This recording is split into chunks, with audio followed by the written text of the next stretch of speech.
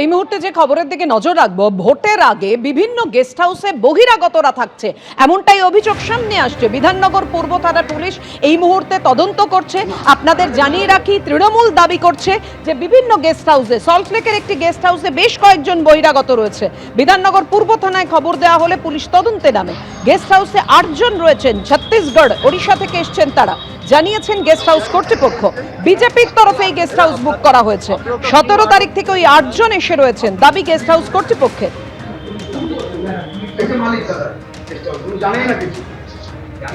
Diamond Harbour এলাকাটা বুঝতেই পারছেন, খোকাবাবুর এলাকা। সেখানে যারা আইএস আইপিএস তার দালালি করতেই যায়। আমি জানি না সঠিক তথ্য কি আছে। নির্বাচন কমিশন কেন করেছে, নির্বাচন কমিশনের কাছে ব্যাখ্যা চাওয়াটা ভালো। পশ্চিমবঙ্গে নির্বাচন কমিশন এই ধরনের পদক্ষেপ আগেও নিয়েছে। কিন্তু নির্বাচন কমিশনকে আমি বলতে চাই যে শুধু উপর উপর পাল্টে কোনো লাভ নাই। নিচের তলা থেকে সিভিক থেকে আরম্ভ করে এএসআই, এসআই, ওসি, আইসি, অ্যাডিশনাল ওসি, আইসি, ডিএসপি র্যাঙ্ক, এইগুলো সমস্ত তৃণমূলের লোক আগে থেকেই বসানো আছে। এখানে সার্ফেসে কিছু পরিবর্তন হচ্ছে, ভেতরে কি হচ্ছে আমার জানা নাই। সন্দেহ আছে আমার যথেষ্ট। 29 তারিখ দ্বিতীয় দফার ভোট। এই মুহূর্তে সরাসরি গোঘাটের ছবি আপনাদের সামনে রাখবো। গোঘাটে রোড শো করছেন রাজনাথ সিং, সরাসরি সেই ছবি রেখেছি আপনাদের সামনে।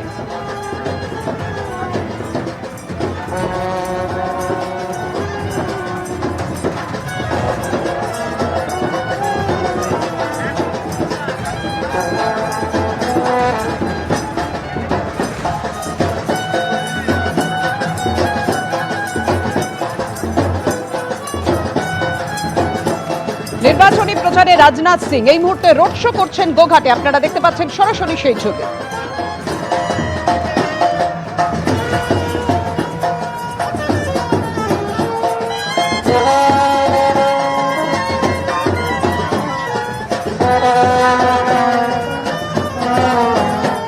সিও মনোজ কুমার আগরওয়াল তিনি বলছেন যে দ্বিতীয় দফা ভোটের জন্য নির্বাচন কমিশন সম্পূর্ণ প্রস্তুত রয়েছে। শুনুন। हम तो द्वितीय तरफ का जो है सब हम लोग एकदम रेडी है। पूरी मशीनरी रेडी है। हमारे बीएलओ से लेके एआरओ से लेके आरओ से लेके ओसी से लेके जितने डिपार्टमेंट है इलेक्शन से इन्वॉल्व है, सब एकदम तत्पर है, एकदम रेडी है और एकदम 100% रेडी है हम लोग करने के लिए। এই দ্বিতীয় দফার নির্বাচন, সেই নির্বাচন শান্তিপূর্ণ করার জন্য ইতিমধ্যে 2321 কোম্পানি কেন্দ্রীয় বাহিনী মোতায়েন করা হবে। অর্থাৎ তারই পাশাপাশি এই সিও মনোজ কুমার আগরওয়াল এই দ্বিতীয় দফার নির্বাচনের আগে একেবারে বাছা বাছা কেন্দ্র পরিদর্শনে তিনি বেরিয়ে পড়েছেন, যার মধ্যে সন্দেশখালীও রয়েছে। এই সম্পর্কে আরো বিস্তারিত জানবো। আমাদের প্রতিনিধি অনির্বাণ বিশ্বাস আমাদের সঙ্গে রয়েছেন। অনির্বাণ, তুমি যেরকম বলছিলে। দেখো দেবস্মিতা, একদমই মনোজ কুমার আগরওয়াল সহ তার যে টিম তারা কিন্তু বেরিয়ে পড়েছেন। এনকে মিশ্রাও যিনি রয়েছেন স্পেশাল অবজারভার, পুলিশ অবজারভার, তিনিও কিন্তু রয়েছেন এবং তারা কিন্তু বিভিন্ন জায়গায় যাচ্ছেন। এবং তুমি যদি দেখো যে আজকে সকাল থেকে যারা যে জায়গাগুলো গেছে তার মধ্যে ছিল আরামবাগ, বারাকপুর, বনগাঁ, এমনকি সন্দেশখালী।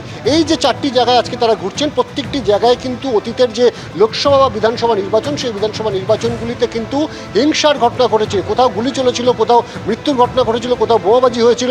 ফলত সেই কথা মাথায় রেখে কিন্তু সিও মনোজ আগরওয়াল তিনি কিন্তু নিজে বেরিয়ে পড়েছেন, সরেজমিনে সেখানে যাচ্ছেন এবং সেখানকার পরিস্থিতি খতিয়ে দেখছেন। শুধু তিনি যাচ্ছেন, পরিস্থিতি খতিয়ে দেখছেন এমনটা নয়, সেখানে কিন্তু যে সমস্ত স্টেক হোল্ডার রয়েছে, পুলিশ থেকে শুরু করে কেন্দ্রীয় বাহিনীর জওয়ান থেকে শুরু করে পুলিশ অবজারভার, ডিও, প্রত্যেকের সাথে কথা বলছেন। কতজন এখনো পর্যন্ত যারা ট্রাভেল মেকার্স রয়েছেন তাদের কী অবস্থায়, কতজনকে গ্রেপ্তার করা গেছে, কী পরিমাণে অস্ত্র সিজ হয়েছে, তার বিস্তারিত তথ্য কিন্তু তিনি নিয়ে নিচ্ছেন। কোন কোন এলাকাগুলো সবচেয়ে বেশি সেন্সিটিভ, সেখানে কী ধরনের জোর দিতে হবে। অর্থাৎ যেটা বোঝা যাচ্ছে যে এই যে এলাকাগুলোতে মনোজ আগরওয়াল এবং তার টিম যাচ্ছেন, প্রত্যেকটি এলাকার জন্য কিন্তু আলাদা আলাদা পরিকল্পনা নেওয়া হয়েছে ইলেকশন কমিশনের তরফে। এবং যেমনটা আমরা জানতে পারছি আগামীকালও কিন্তু তিনি বেরোবেন এবং আগামীকাল কিন্তু তিনি কাটোয়া এবং কাকদ্বীপ যাওয়ার কথা রয়েছে। অর্থাৎ একদিকে কিন্তু নদিয়া, অন্যদিকে কিন্তু তিনি দক্ষিণ 24 পরগনায় যাবেন। স্বাভাবিকভাবে এই কাকদ্বীপ কিন্তু বারে বারে আমরা দেখেছি যে দক্ষিণ 24 পরগনার এই যে কাকদ্বীপ, সেখানে কিন্তু বারে বারে গণ্ডগোল হয়, মৃত্যুর ঘটনাও ঘটেছে আগের নির্বাচনগুলোতে। ফলত ইলেকশন কমিশন এবং সিও অফিস চাইছে যে 29-এর নির্বাচন সেটা কিন্তু অত্যন্ত বড় চ্যালেঞ্জ তাদের কাছে এবং এই নির্বাচন যদি সুষ্ঠুভাবে করতে হয় তার জন্য প্রত্যেকটি বিধানসভা বা যে এলাকা বা যে বিধানসভাগুলো হিংসাপ্রবণ, সেই সমস্ত এলাকার জন্য আলাদা আলাদা করে কিন্তু দাওয়াই ঠিক করতে হবে এবং সেই দাওয়াই দেওয়ার জন্যই কিন্তু বলা যেতে পারে আজকে মনোজ আগরওয়াল তার টিম নিয়ে বেরিয়ে পড়েছেন বিভিন্ন জেলায় বিভিন্ন বিধানসভা কেন্দ্রগুলিতে। ধন্যবাদ অনির্বাণ। দ্বিতীয় দফা ভোটের আগে নিরাপত্তায় জোর, কত কোম্পানি কেন্দ্রীয় বাহিনী মোতায়েন করা হয়েছে এবং কোথায় কোথায় সেই কেন্দ্রীয় বাহিনী মোতায়েন করা হয়েছে আপনাদেরকে জানাবো, কারণ দ্বিতীয় দফার ভোট আর কয়েকদিন পরেই। দ্বিতীয় দফায় মোট 2321 কোম্পানি কেন্দ্রীয় বাহিনী মোতায়েন করা হচ্ছে। নজরদারি চালাবেন 142 জন জেনারেল অবজারভার, 95 জন পুলিশ অবজারভার থাকবেন। কলকাতার জন্য মোতায়েন থাকছে 273 কোম্পানি বাহিনী। কথা বলবো, আমাদের সঙ্গে রয়েছেন আমাদের প্রতিনিধি অনির্বাণ বিশ্বাস। অনির্বাণ, কোথায় কোথায় কত কোম্পানি কেন্দ্রীয় বাহিনী মোতায়েন থাকছে দ্বিতীয় দফার জন্য? হ্যাঁ দেখো বাকি, তোমাকে প্রথমেই জানিয়ে রাখি যে 29 তারিখ যে দ্বিতীয় দফা নির্বাচন এবং তার আগে এখনো পর্যন্ত নির্বাচন কমিশন সূত্রে আমরা যেটা জানতে পাচ্ছি যে 2321 কোম্পানি কেন্দ্রীয় বাহিনী তারা কিন্তু মোতায়েন থাকবে দ্বিতীয় দফা নির্বাচনের জন্য। এবং এর পাশাপাশি কিন্তু 142 জন জেনারেল অবজারভার থাকবেন, এক্সপেন্ডিচার অবজারভার থাকবেন আরও 100 জন এবং 95 জন থাকবেন কিন্তু পুলিশ অবজারভার। এবং যে কেন্দ্রীয় বাহিনীর মোতায়েনের কথা বলা হচ্ছে, এখনো পর্যন্ত ইনিশিয়ালি যে তথ্য আমাদের হাতে এসে পৌঁছেছে তাতে দেখা যাচ্ছে যে কলকাতা পুলিশ এরিয়াতেই কিন্তু সবচেয়ে বেশি কেন্দ্রীয় বাহিনী মোতায়েন করা হবে। সেখানে থাকবে 273 কোম্পানি কেন্দ্রীয় বাহিনী।